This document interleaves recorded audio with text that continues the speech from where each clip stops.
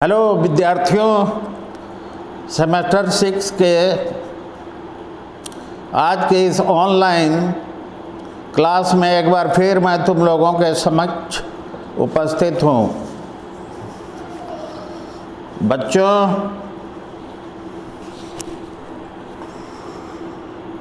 अभी जो मैं क्लास तुम लोगों का ले रहा हूँ, जैसा कि तुम लोग पहले से अवगत हो कि कोर 6 सेमेस्टर का कोर 2 यानी पेपर 16 जिसका नाम कॉन्टेम्प्रोरी डिबेट्स इन फिलोसफी, दर्शन के समसामयिक विमर्श, उसी के तहत आज का क्लास है जिसका टॉपिक का नाम है the patriarchal versus feminist turn in philosophy. पितृसत्तात्मक व्यवस्था बनाम नारीवादी मोड़, किसके अनुसार? दर्शन शास्त्र के अनुसार, या दर्शन शास्त्र के लाइट में, या दर्शन शास्त्र के परिप्रेक्ष्य में। कब का? आज का दर्शन। बहुत कोई पितृसत्ता जो है उसका मतलब नहीं समझ पाते हैं। पितृसत्ता का एक और पर्याय है पितृतंत्र, पितृव्यवस्था, पितृसत्तात्मक व्यवस्था। पितृ एक संस्कृत शब्द है जिसका हम हिंदी रूपांतर करेंगे तो मालूम पड़ेगा पिता के अर्थ में इस शब्द का प्रयोग किया जा सकता है।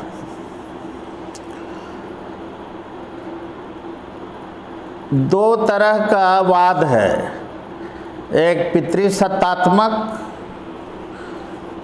एक मातृसत्तात्मक, पैट्रियर्कल और मैट्रियर्कल।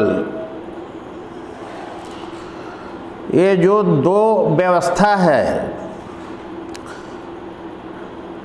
ये दोनों पुरुष और स्त्री से संबंधित है। पुरुष और स्त्री एक पारिवारिक समाज की धुरी होती है। दोनों के आपसी समन्वय से वंश की वृद्धि होती है।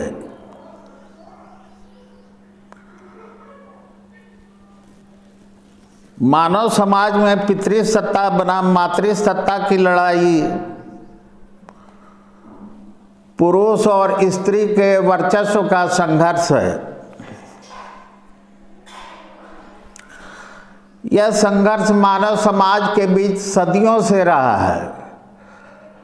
जिस समय आदम और ईव आए थे उसी समय से मान लो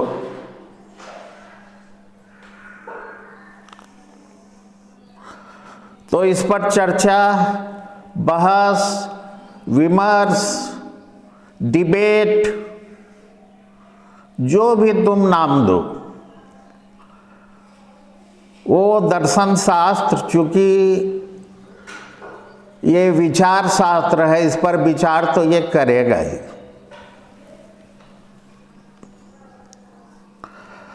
कहोगे पितृसत्ता क्या है? पितृसत्तात्मक व्यवस्था क्या है?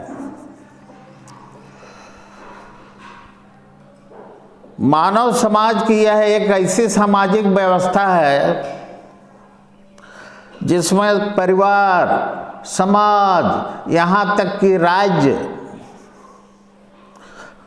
पर पुरुषों की प्रधानता को रोपित किया जाता है, पुरुषों की प्रधानता को दिखाया जाता है। या यह एक ऐसी पितृसत्तात्मक व्यवस्था, एक ऐसी सामाजिक व्यवस्था है जिसमें पुरुषों की प्रधानता रहती है। मोटे तौर पर ये जान लो, हर तरह का राजनैतिक नेतृत्व, संपत्ति पर अधिकार, जमीन पर अधिकार, धार्मिक अनुष्ठानों में पुरुषों का वर्चस्व, ये सब पितृसत्तात्मक व्यवस्था के अंग माने जाते हैं।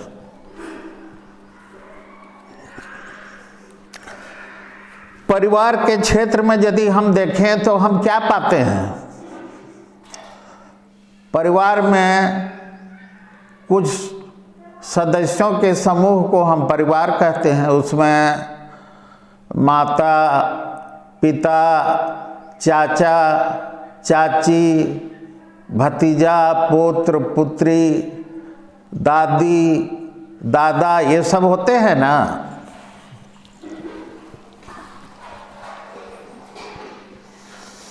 तो यहाँ पर आप क्या देखते हैं? घर का जो बुजुर्ग होता है वो उस परिवार का मुखिया होता ही है। और उसका काम क्या है? उसका काम है कि घर के बाकी जो सदस्य हैं वो उसके आदेश का पालन करें और उस परिवार के अंतर्गत जो भी संपत्ति है, जमीन है, जायदाद है, सब का मालिकाना हक चाहे सब पर लागू हो, लेकिन मुख्यतः उसका भोग परिवार का मुखिया ही करता है। घर में जो भी झगड़े हों,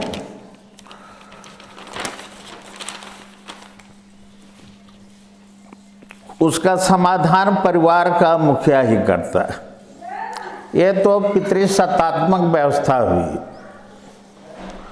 इसका विपरीत जो व्यवस्था है वो है मातृसत्तात्मक व्यवस्था।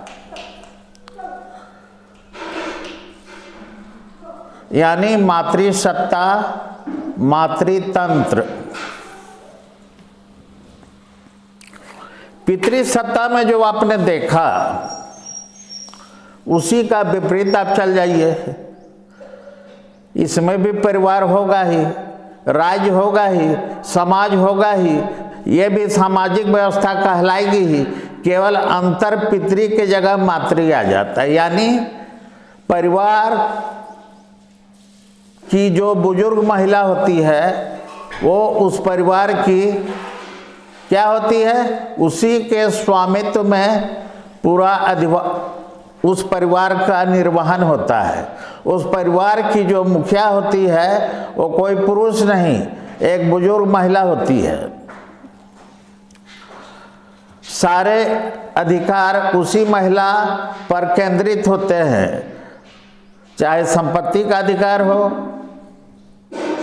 चाहे जमीन जायदाद का अधिकार हो, चाहे आपसी विवाद झगड़ों को सुलझाने का अधिकार हो।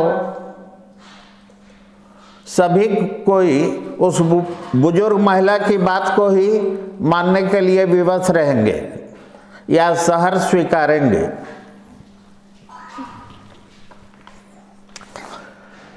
ऐसे परिवार को मैट्रीफोकल फैमिली भी कहते हैं, मातृ केंद्रित परिवार। आप कहिएगा ऐसा होता है परिवार? क्यों नहीं होता है? ऐसा होता है। मातृ सत्तात्मक परिवार भी आप बहुत जगह देखिएगा। आप अपना देश में देखिए, कांग्रेस पार्टी, उसकी बागडोर किसके हाथ में है बताइए तो? सोनिया गांधी के हाथ में है ना? बताइए। उसके पहले भी इंदिरा गांधी के हाथ में था ना। आप कहिए ये तो एक परिवार विशेष में एक दो ठो अपवाद के रूप में नहीं। आप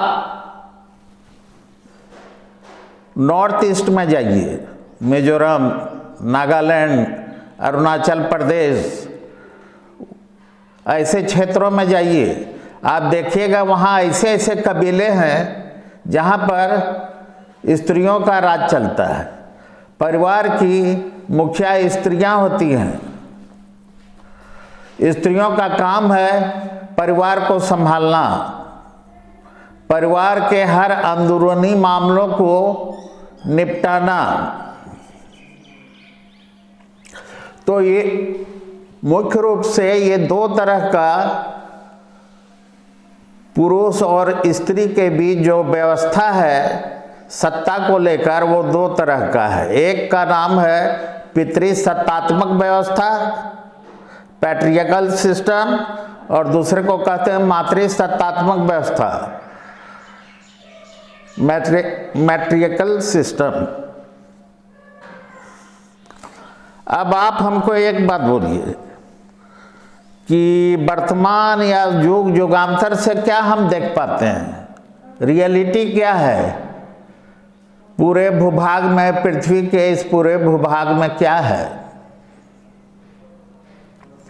अब देखिएगा मातृसत्तात्मक व्यवस्था पर हमेशा पितृसत्तात्मक व्यवस्था हावी रही है।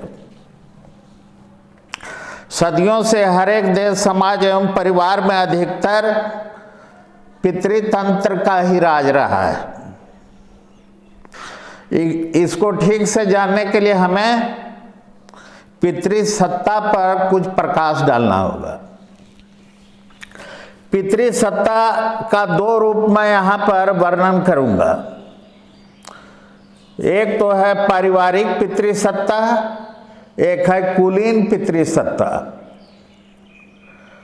पारिवारिक जो पितृसत्ता है वो मैंने पहले ही वर्णन कर चुका हूँ कि उसमें एक बुजुर्ग जो घर का पुरुष सदस्य होता है वो उस घर का मुखिया होता है। परिवार के सारे माने वो परिवार का जो शासन तंत्र है वो उसी की बागडोर उसी के हाथ में होती है। ले दे के मोटे तौर पर संक्षेप में हम यही कहेंगे। अब परिवार कितने प्रकार के होते हैं ये बताइए। तो परिवार मुख्यतः समाजशास्त्र में भी कहा गया है दो ही होता है। एक होता है एकल परिवार, इंडिविजुअल फैमिली, जिसको हम व्यक्तिगत परिवार भी कहते हैं, और एक होता है संयुक्त परिवार यानी जॉइंट फैमिली। एकल परिवार जो होता है उसमें मुख्यतः एक पुरुष होता है, एक महिला होती है और उसके 2 या 3 बच्चे होते हैं, या एक भी बच्चा हो सकता है।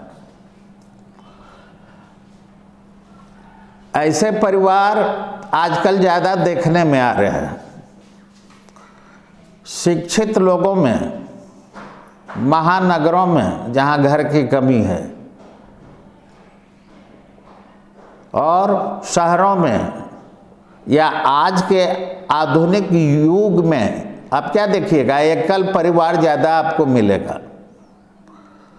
हर शहर में जाइए वहाँ क्या देखते हैं, नौकरी पेशा लोग रहते हैं। क्या है, एक मियाँ बीवी है, उसके 2 बच्चे हैं, अधिकतर तो यही हम देखते हैं। तो ऐसे परिवार जो हैं वो एकल परिवार कहलाते हैं। इस परिवार में थोड़ा सा क्षम्य है कि पितृसत्ता उतनी हावी नहीं रहती है। बहुत छोटा परिवार है। ठीक, पुरुष बेचारा अपना कमाने खाने में सुबह टिफिन लेके गया, शाम को आया, ज़्यादा वो पत्नी पर हावी नहीं होता है, फिर अपना कार्य में लग गया, कंप्यूटर चलाया, ऑफिस का वर्क किया, पत्नी का शोषण ज़्यादा नहीं करता है इसमें।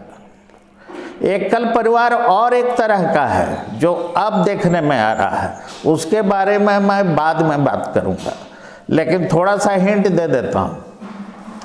शहरों में, महानगरों में, खासकर यूरोपियन कंट्री में आप जाके देखिए, हमारे यहाँ बॉम्बे, दिल्ली में भी या रांची जैसा जगह में भी आपको मिल जाएगा कि पति पत्नी दोनों शिक्षित होते हैं और दोनों नौकरी पेशा हैं। यहाँ पर तो न पति हावी होता है न पत्नी हावी होती है, दोनों समान रूप से रहता है। दोनों की सत्ता में अहम का टकराव नहीं होता है, दोनों अपना काम में लगे रहते हैं। दोनों सुबह टिफिन ले लिए, अपना नौकरी में निकल गए, शाम को फिर आए, रोजमर्रा की जिंदगी ऐसे ही गुजर जाती है। तो यहाँ पर मेरे अनुसार ज़्यादा पितृसत्ता या मातृसत्ता की बात नहीं करनी है, लेकिन मैंने जो शीर्षक दिया वो था मातृसत्ता पर पितृसत्ता हावी। आपका जो टॉपिक था वो भी था the patriarchal versus feminist turn in philosophy. पितृसत्तात्मक व्यवस्था बनाम नारीवादी मोड़ इन फिलॉसफी, दर्शन शास्त्र में। नारीवादी मोड़ कब आया वो मैं बाद में कहूँगा। चलिए इसका एक दूसरा रूप मैं आता हूँ, कुलीन पितृसत्ता। ये तो पारिवारिक पितृसत्ता हो गया, उसका एक ही रूप अभी, सॉरी, उसका मैंने अभी एक ही रूप बताया है, एकल पारिवारिक पितृसत्ता, एकल परिवार। अब मैं संयुक्त परिवार की बात करूँगा। संयुक्त परिवार जो है, जैसा नाम से ही जाहिर है, इसको अंग्रेजी में जॉइंट फैमिली कहते हैं। यानी इसमें बहुत बड़ा कुनबा होता है परिवार का। ये कुनबा आपको आज भी गुजरातियों में देखने को मिल जाएगी। फिल्मी दुनिया में एक म्यूजिक डायरेक्टर हैं, उनका नाम है कल्याण जी आनंद जी, गुजराती हैं, बहुत नामी म्यूजिक डायरेक्टर हैं। मेरे देश की धरती सोना उगले उगले हीरे मोती, म्यूजिक डायरेक्टर इसका कल्याण जी आनंद जी थे।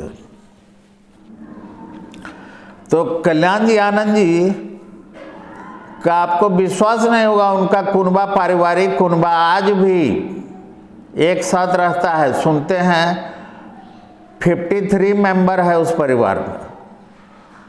और बॉम्बे जैसा महानगर में अब तो नहीं रहे कल्याण जी आनंद जी, अभी हैं उस घर के मुखिया। बहुत खुशहाल जीवन जी रहे हैं उस परिवार के हर सदस्य लोग, कोई दिक्कत नहीं है किसी को, बहुत आराम से जॉइंट फैमिली चल रही है। इस तरह का जॉइंट फैमिली एकता कपूर के कुछ घर घर की कहानी असम में भी सीरियल में हम लोग देख चुके हैं। जॉइंट फैमिली अभी भी है, जो गुजराती समाज में है, गांव में भी है, महानगरों में आपको नहीं मिलेगा। कुछ गुजराती लोगों में मिलेगा महानगरों में, लेकिन शहर महानगरों में आपको जॉइंट फैमिली नहीं मिलेगा। आप पूछिएगा ये जॉइंट फैमिली है क्या? नहीं, ये बोला तो अभी, ये बहुत बड़े सदस्यों का कुनबा जो होता है उसी को जॉइंट फैमिली कहते हैं। इसमें क्या रहते हैं, इसमें 2-3 दादाजी लोग रहते हैं, फिर उनके बेटे लोग रहते हैं, फिर उनके बेटे के बेटे लोग भी रहते हैं, उनकी बहुएं रहती हैं, बच्चों का जमघट लगा रहता है और सबका एक मुखिया होता है। आपको अब ऐसा परिवार बहुत कठिन है मिलना। यहाँ पर पितृसत्ता बहुत जोरदार तरीके से हावी होती है मातृसत्ता पर, ये भी सत्य है, लेकिन हमारे देश में उतनी नहीं होती है, क्योंकि यहाँ पर एक बुजुर्ग माता भी होती हैं, जो बुजुर्ग पुरुष के बाद उनका भी शासन चलता है घर पे। सबसे ज़्यादा पितृसत्ता जो मातृसत्ता पर हावी होती है वो है कुलीन पितृसत्ता। समझने के लिए इसे आप कह दीजिए ऊंची जाति की पितृसत्ता, खानदानी लोगों की पितृसत्ता। अब कहिएगा खानदानी किसे कहेंगे? खानदानी मूंछों की लड़ाई लड़ते हैं, सर कट जाएगा लेकिन बल नहीं जाएगा, ऐसे प्रकार के होते हैं ये।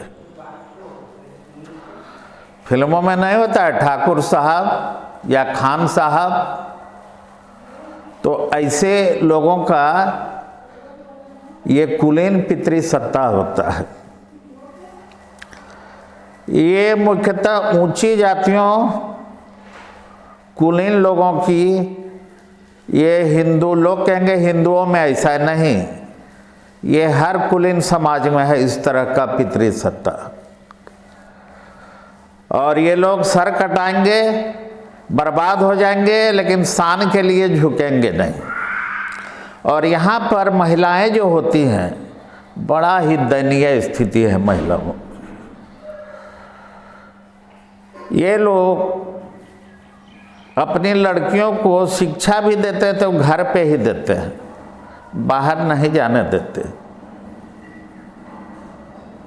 और क्या क्या, यदि कोई लड़की भूल से भी गैर कुलीन लोगों से प्रेम विवाह कर भी ली तो उस लड़के और उस लड़की का सर कटना तय है। खाप समाजों में आप देखिए ना, हरियाणा में आज भी है। मैं अपने देश का उदाहरण दिया, लेकिन ये हर जगह कबीलों में, ऊंची जातियों के कबीलों में ये सब देखने को मिलता है। तो यहाँ पर मातृसत्ता की बड़ा दयनीय स्थिति होती है। यहाँ पर पितृसत्ता बहुत जोरदार तरीके से हावी रहता है। तो ये हो गया मातृसत्ता पर पितृसत्ता हावी।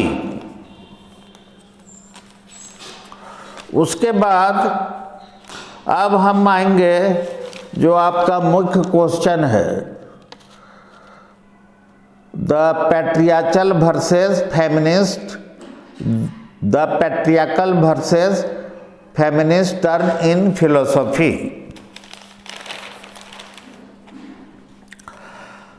तो नारी का जो उत्पीड़न है, नारी की जो दुर्दशा है,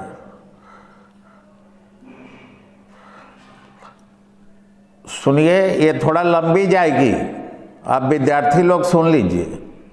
इसका मैं एक और पार्ट बनाऊंगा, तो इस पार्ट तक के लिए इतना ही। अगला पार्ट इसके बाद रहेगा, किसका? The patriarchal versus feminist turn in philosophy.